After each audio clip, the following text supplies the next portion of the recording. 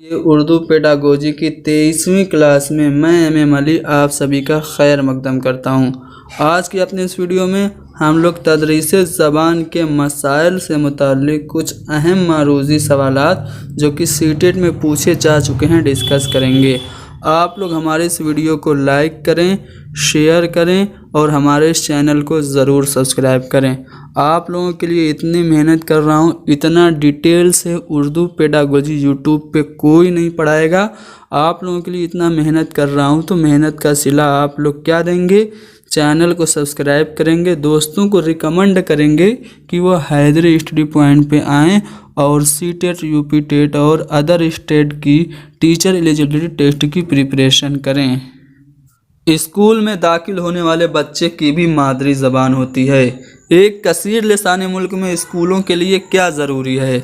जब बच्चा स्कूल में एडमिशन लेता है, यानी कि जब वो 5 या 6 साल का होता है, तो उसकी एक मादरी ज़बान होती है कि नहीं होती है? वो 5 या 6 साल की उम्र में अपने फैमिली मेम्बर्स, अपने माँ बाप की नकल करके, अनुकरण करके, इमिटेशन करके वो अपने घर की ज़बान यानी कि मादरी ज़बान को सीख चुका होता है।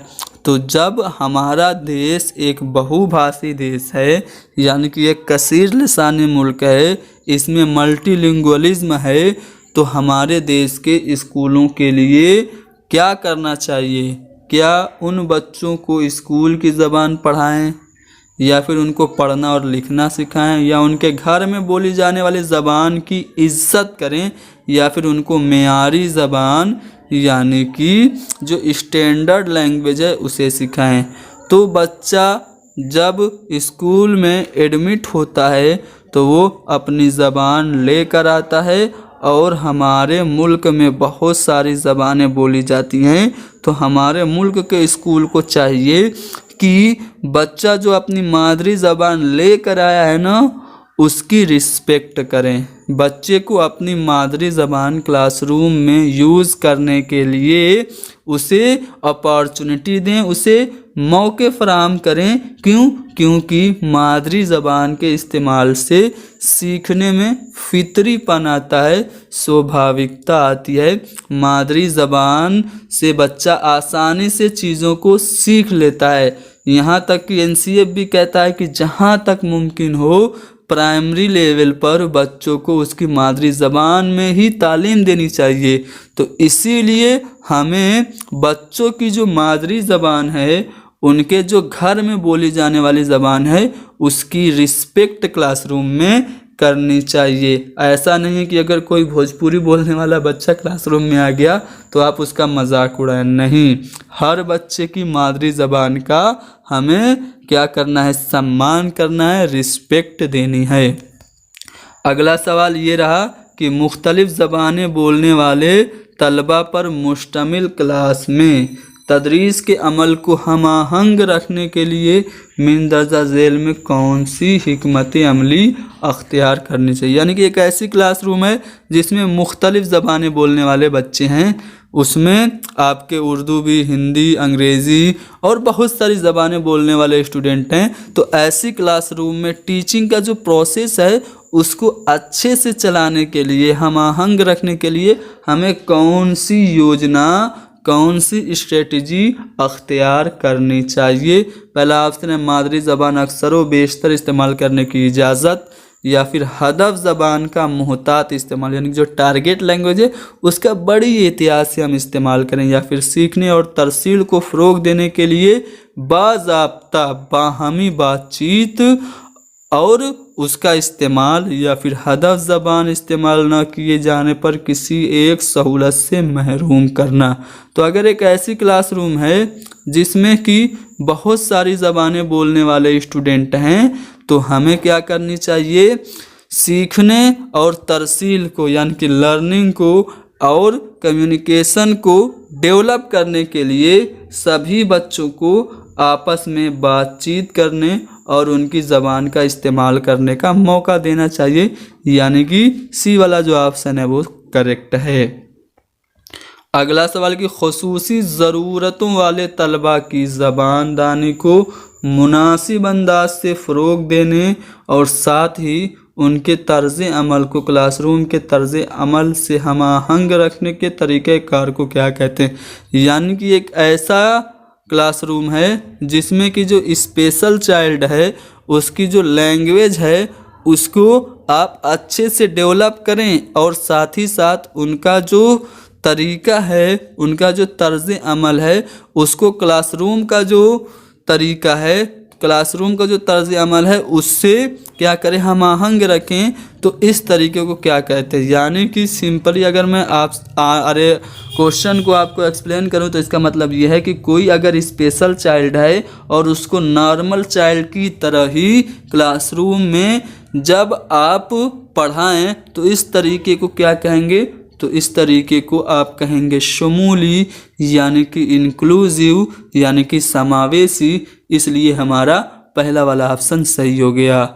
अगला सवाल ये रहा आपका, जिसमें कहा जा रहा है कि हिंदुस्तान में ज़्यादातर क्लास कसीर लिसानी है। ज़बान के इस्तेमाल में इसे किस तरह लेना चाहिए। मैंने आपको बताया कि हिंदुस्तान में लगभग 5000 ज़बानें बोली जाती हैं। यहाँ तक कि आईने हिंद में हमारे भारतीय संविधान की 8वीं अनुसूची में 22 ज़बानों का जिक्र है। यानी कि हिंदुस्तान एक कसीर लिसानी मुल्क है, बहुभाषी देश है। तो हमें इस बहुभाषिकता को क्या एक मसाला यानी कि चैलेंज के तौर पर लेना चाहिए, एक हकीकत यानी कि रियलिटी के तौर पर, या फिर इसे हमें एक वसीले के तौर पर देखना चाहिए। तो मैंने आपको बताया है, कई बार बताया है कि ये जो बहुभाषिकता है इसे हमें एज ए संसाधन के तौर पर यानी कि एज ए रिसोर्स यूज़ करना चाहिए। ठीक है, हमें क्लासरूम में सभी बच्चों को अपनी मादरी ज़बान का इस्तेमाल करने का मौका देना चाहिए। इससे बच्चे दूसरी ज़बानों से मुताल्लिक़ कुछ जानकारियाँ भी हासिल करेंगे और इससे बच्चे मुतफर्रिक तहज़ीब व तमद्दुन से आशना भी होंगे। इसलिए हमें कसीर लिसानियात को, मल्टीलिंगुअलिज्म को, बहुभाषिकता को वसीला के तौर पर देखना चाहिए। अगला सवाल ये रहा, जिसमें कहा जा रहा है कि ज़ू लिसानी तदरीस वाले क्लासरूम में, यानी कि एक ऐसा क्लासरूम जिसमें कि 2 ज़बानें इस्तेमाल होती हैं, उस्ताद को क्या करना चाहिए। उस्ताद तलबा की ज़बान और हदफ ज़बान दोनों बोलता है, या फिर उस्ताद सिर्फ हदफ ज़बान बोलता है, या फिर तलबा क्लास में यकसा ज़बान बोलते हैं, या फिर उस्ताद तलबा की ज़बान बोलता है। तो अगर ऐसी कोई क्लासरूम है जो कि बाइलिंगुअल है तो उसमें टीचर क्या करता है, टीचर एक तो बच्चों की जो मादरी ज़बान है उसे बोलता है और साथ ही साथ जो टारगेट लैंग्वेज है वो भी बोलता है। यानी कि पहला वाला जो ऑप्शन है ना वो बिल्कुल सही है। देखिए एक और सवाल आ गया, बिल्कुल वैसा ही सवाल जो कि सेकेंड लास्ट मैंने क्वेश्चन कराया था। इसमें कहा जा रहा है कि कसीर लिसानियात अंग्रेज़ी की तरह दूसरी ज़बान सीखने में डैश होती है। तो कसीर लिसानियात जो है वो किसी भी ज़बान को सीखने में हमें क्या करती है, एक वसीले के तौर पर इस्तेमाल करनी चाहिए और वो एक वसीला होती है। तो कसीर लिसानियात अंग्रेज़ी की तरह दूसरी ज़बान सीखने में मवाद या वसीला का काम करती है, रुकावट बिल्कुल नहीं होती है। तो यहाँ पे मवाद हमारा या वसीला हमारा सही जवाब होगा। अगला सवाल ये रहा कि इब्तदाई मराहिल में बच्चा पे और से में फ़र्क नहीं कर पाता, इसकी मदद का बेहतरीन तरीका क्या है। बच्चा क्या कर रहा है, कुछ उसको पढ़ने में दिक्कत हो रही है, पे और से में फ़र्क वो नहीं कर पा रहा है, तो इसको हम किस तरह से सही करेंगे, बच्चे की हम मदद कैसे करेंगे। तख्त स्याह पर यानी कि ब्लैक बोर्ड पर लिखी हुई हिदायत पर जो इंस्ट्रक्शन है उस पर अमल करने के लिए कहकर उनके वालिदैन को बुलाकर शिकायत करेंगे, या फिर दोनों हरूफ का एक साथ मश्क तैयार करना और उलझन दूर करने के लिए बार बार उसकी मश्क देना, या फिर तवज्जो न देने के लिए उनको डांटना। तो अगर बच्चा एक जैसे लिखे हुए 2 अल्फाज में फ़र्क नहीं कर पा रहा है, यानी कि पे और से में फ़र्क नहीं कर पा रहा है, जीम और खे में फ़र्क नहीं कर पा रहा है, तो हम क्या करेंगे, दोनों हरूफ का एक साथ मश्क तैयार करेंगे और उलझन दूर करने के लिए उससे प्रैक्टिस करवाएंगे, क्योंकि प्रैक्टिस मेक्स मैन परफेक्ट। तो यहाँ पे सी वाला जो ऑप्शन है ना वो सही हो गया। अगला सवाल ये रहा कि ज़बान की खामी जो लिखने की सलाहियत पर असरअंदाज होती है उसे क्या कहते हैं। यानी कि लिखने में अगर आपको परेशानी होती है तो वो जो लर्निंग डिसऑर्डर है, लैंग्वेज डिसऑर्डर है, वो क्या डिसकैलकुलिया है, डिसग्राफिया है, अफेजिया या फिर डिसलेक्सिया है।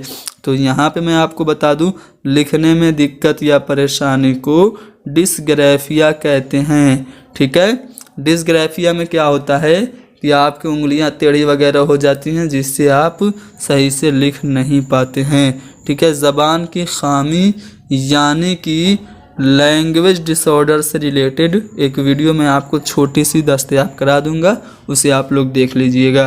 चलिए आगे बढ़ते हैं अगले सवाल पे। अब देखिए, डिसग्राफिया अगर आपको नहीं लिखा है और उसरे किताबत लिख दिया है तो आपको कंफ्यूज नहीं होना है। उर्दू के जो मुश्किल अल्फाज हैं उनको समझिए। उसरे किताबत यानी कि ये लिखने में दिक्कत या परेशानी। ठीक है, तो ये आपको ध्यान में रखना है। चलिए, छठी जमात की रिया और मोहित खास सलाहियतों के मालिक हैं। दो बच्चे हैं रिया और मोहित, जो कि स्पेशल चाइल्ड हैं।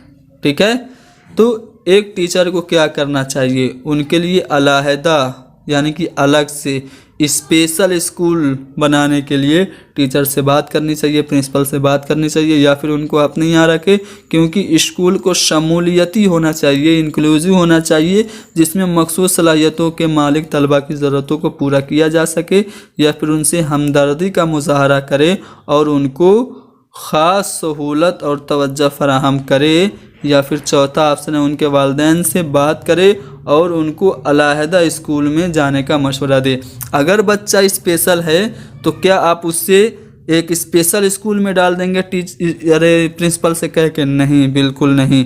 ठीक है, आप उससे हमदर्दी का भी मुजाहरा नहीं करेंगे, अरे बेटा तुम फिजिकली हैंडीकेप हो, तुम सही से चल नहीं कर पाते, बड़े तुम्हारे लिए बड़े रहम की बात है, ये है वो। आप ऐसा नहीं करेंगे। आप इस तरह से अगर आप करेंगे तो बच्चे में हीनता की भावना आएगी, वो एहसास कमतरी का शिकार हो जाएगा। ठीक है, आप बच्चों के लिए अलहदा स्कूल भी नहीं रखेंगे, बल्कि बच्चे को क्या करेंगे, इंक्लूसिव एजुकेशन के तहत उसे पढ़ाएंगे।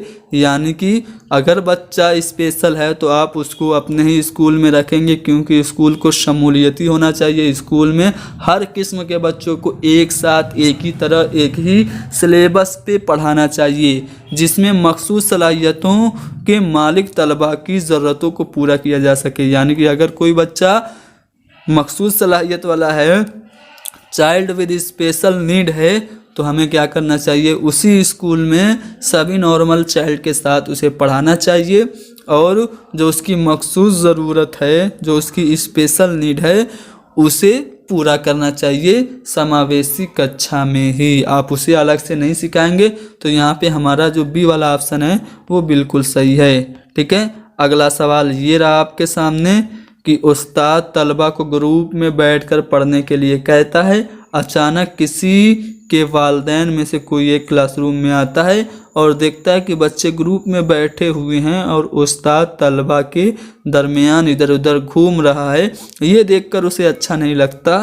इस हालत से निपटने का बेहतरीन तरीका क्या है? आप एक टीचर हैं, आप अपने सभी स्टूडेंट को एक ग्रुप में बैठा के पढ़ा रहे हैं। अचानक एक स्टूडेंट का जो वालिद है, जो उसके माँ बाप हैं, वो आ गए और उनको अच्छा नहीं लगा कि यार सभी बच्चों के साथ मेरा बच्चा भी बैठ के पढ़े। ठीक है, और टीचर उनके इर्द गिर्द घूमे।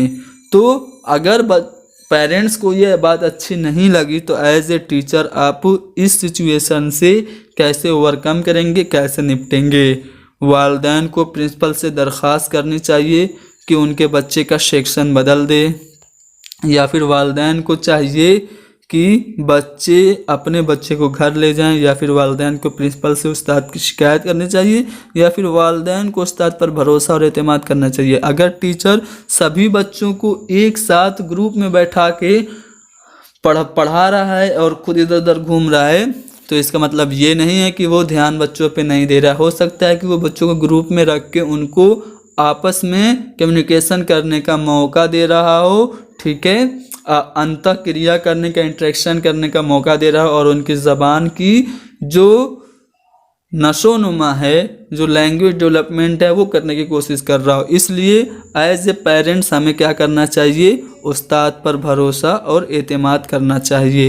एक टीचर तालिब इल्म के गलत जवाब पर भी मुस्बत ढंग से उसका हौसला बढ़ाती है और अपनी समझ का मुजाहरा करती है। यानी कि बच्चे गलत जवाब दे रहे हैं तब भी टीचर पॉजिटिव रिएक्शन दे रही है और बच्चों को मोटिवेट कर रही है, उनका कॉन्फिडेंस अप कर रही है। तो टीचर ऐसा क्यों कर रही है? तालिब इल्म के ज़रिए मनफी जज्बाती रद्द अमल हासिल करना चाहती है, या फिर लिसानी आमोजिश को बढ़ावा देना चाहती है, आमोजिश के मुख्तलिफ उसूलों को तैयार करना चाहती है, या फिर इदराकी नशोनुमा यानी कि कॉग्निटिव डेवलपमेंट को बढ़ावा देना चाहती है। तो गलत जवाब पर भी पॉजिटिव रिएक्शन देना, ये लिसानी आमोजिश को यानी कि लैंग्वेज लर्निंग को बढ़ावा देने की कोशिश टीचर कर रही है। गलत जवाब पे अगर बच्चों को टोक दे, डांट दे, तो बच्चे आगे चल के बोलेंगे ही नहीं। जब बोलेंगे नहीं, चुपचाप रहेंगे, तो उनका लैंग्वेज डेवलपमेंट नहीं होगा। इसीलिए टीचर क्या कर रही है, गलत जवाब पर भी पॉजिटिव रिस्पांस दे रही है, ताकि बच्चों की लिसानी आमोजिश यानी कि जो लैंग्वेज लर्निंग है उसको बढ़ावा दिया जा सके। अगला सवाल ये रहा कि स्कूल जो आम और ख़ास तालीम में फ़र्क नहीं करता कहलाते हैं। यानी कि एक ऐसा स्कूल जिसमें सभी बच्चे, चाहे वो फिजिकली हैंडीकेप हों, नॉर्मल हों, स्पेशल हों, सभी बच्चों को एक साथ पढ़ाया जाता है, तो उस स्कूल को क्या कहते हैं? उसको हम इंक्लूसिव स्कूल यानी कि मुश्तमिल क्लासरूम या शमूलियाती क्लास या फिर समावेशी कक्षा कहते हैं। तो यहाँ पे डी वाला ऑप्शन सही हो गया। अगला सवाल ये रहा कि ज़बान सिखाने की ऐसी क्लास में जहाँ तलबा की सलाहियतों में फ़र्क हो, उस्ताद के लिए इस बात को यकीनी बनाना ज़रूरी है कि तलबा, यानी कि एक ऐसी क्लासरूम है जिसमें अलग अलग एबिलिटी के बच्चे हों, ठीक है, तो उस्ताद के लिए क्या कौन सी बात चारों में यकीनी बनाना जो है वो ज़रूरी है, ठीक है। चलिए चारों ऑप्शन को ध्यान से पढ़ते हैं। पहला ऑप्शन है तलबा तफवीज़ करदा काम को घर पर मुकम्मल करने के लिए अपने वालिदैन के साथ अपने उस्ताद से मुलाकात करें। यानी कि स्टूडेंट को जो काम रिकमेंड किया गया है टीचर के ज़रिए, जो दिया गया है, उसको कंप्लीट करने के लिए अपने पेरेंट्स के साथ टीचर से जा मिले, या फिर छोटे छोटे क्लास में प्रोजेक्ट अंजाम दें जिनमें उन्हें आपस में बातचीत करने, समाजी राब्तों की महारत बढ़ाने और बड़े ग्रुपों में रहकर काम करने का मौका मिल सके, या फिर अपने नंबर बढ़ाने और दीगर तलबा के बराबर आने के लिए स्कूल के बाद होने वाली खुसूसी क्लासों में शरीक हों, या फिर अपनी मुश्किलों को समझने के लिए नफ्सियाती मालिज यानी कि साइकेट्रिस्ट और क्लास टीचर के साथ वक्फे से मुलाकात करें। तो अगर एक ऐसी क्लासरूम है जहां बच्चे मुख्तलिफ सलाहियतों वाले हैं, उसमें नॉर्मल चाइल्ड भी हैं, स्पेशल चाइल्ड भी हैं, फिजिकली हैंडीकेप भी हैं, तो ऐसे क्लासरूम में टीचर को चाहिए कि तलबा क्या करें, तलबा छोटे छोटे क्लास में प्रोजेक्ट काम करें जिनमें उन्हें आपस में बातचीत करने का मौका मिले, समाजी राब्ते बढ़ाएं, सोशल इंटरेक्शन उनका हो और बड़े ग्रुपों में रहकर वो काम करने का उन्हें मौका मिले। जब वो एक दूसरे से मिल के काम करेंगे, ग्रुप में काम करेंगे, तो एक दूसरे की जो सलाहियतें हैं उनसे सीखेंगे। तो इस तरह से मुतफर्रिक सलाहियतों वाले बच्चे को हम क्लासरूम में सभी बच्चों के बराबर ट्रीट कर सकते हैं। तो यहाँ पे बी वाला जो ऑप्शन है वो बिल्कुल सही है। अगला सवाल ये रहा कि लिखने की ऐसी परेशानी जिसमें बहुत सी पेचीदा हरकी और मालूमात को काबिल इस्तेमाल बनाने की ज़रूरत है, उसे कहते हैं। यानी लिखने में दिक्कत परेशानी है, कौन सा मुश्किल सवाल है, आसान सा है। लिखने में जब कभी भी दिक्कत या परेशानी हो तो उसको हम डिस्ग्राफिया कहते हैं, उसरे किताबत कहा जाता है उर्दू में। ठीक है, तो ये आपको ध्यान में रखना है। अगला सवाल ये रहा, रियाजती खराबी का ताल्लुक किससे है? तो रियाजती खराबी जो है वो कहलाती है डिसकैलकुलिया। मैथमेटिकल प्रॉब्लम, गणितीय विकार को डिसकैलकुलिया कहा जाता है। अगला सवाल ये रहा कि अगर कोई लड़की हिंदी ज़बान की तलबा है और वो आपकी ज़बान सीखने आती है और आपकी ज़बान सीखते वक्त गलती करती है, तो आप मुअल्लिम की हैसियत से कौन सा तरीका सही मानते हैं? एक बच्ची जो है वो हिंदी की तालिबे इल्म है और वो आई है उर्दू सीखने, और उर्दू सीखने में उसे कुछ मिस्टेक्स हो रही हैं, गलतियां हो रही हैं, तो एज ए टीचर इन चारों में से कौन सा तरीका आपके मुताबिक सही है? पहला तरीका है नई ज़बान सीखने के दौरान उसकी मादरी ज़बान के इस्तेमाल की छूट नहीं देनी चाहिए, या फिर उसे उसकी गलती को बार बार याद दिलाना चाहिए, या फिर ज़बान सीखने का मौका देना चाहिए, या फिर उसे नई ज़बान सीखने के लिए कम से कम आधा घंटा मश्क करने यानी कि प्रैक्टिस करने का मशवरा देना चाहिए। बच्ची आई है हिंदी से उर्दू सीखने, तो हमें क्या करना चाहिए? क्या उसे उसकी हिंदी का इस्तेमाल बिल्कुल नहीं करने देना चाहिए? नहीं, मादरी ज़बान का इस्तेमाल बच्चों को करने देना चाहिए। इससे फितरीपन होता है। गलती पर बार बार उसे टोकना भी नहीं चाहिए और मश्क पर बहुत ज़्यादा जोर नहीं देना चाहिए, बल्कि बच्चे को जो कि एक ज़बान का है और दूसरी ज़बान सीखने आया है, उसे दूसरी ज़बान सीखने का ज़्यादा से ज़्यादा मौका देना चाहिए। जब बच्चा दूसरी ज़बान सीखने का मौका पाएगा तो धीरे धीरे उस ज़बान में महारत हासिल कर लेगा। तो अगर कोई बच्ची हिंदी की है और वो उर्दू सीखने आई है, तो एज ए टीचर हमें चाहिए कि उसे ज़बान सीखने का ज़्यादा से ज़्यादा मौका दें। इस तरह से वो अपनी गलतियां करना बंद कर देगी। अगला सवाल जो है वो ये है, जिसका जवाब अगली वीडियो में बताया जाएगा। तो आज के लिए इतना ही बस, मिलते हैं हमारी अगली वीडियो में। Thank you very much.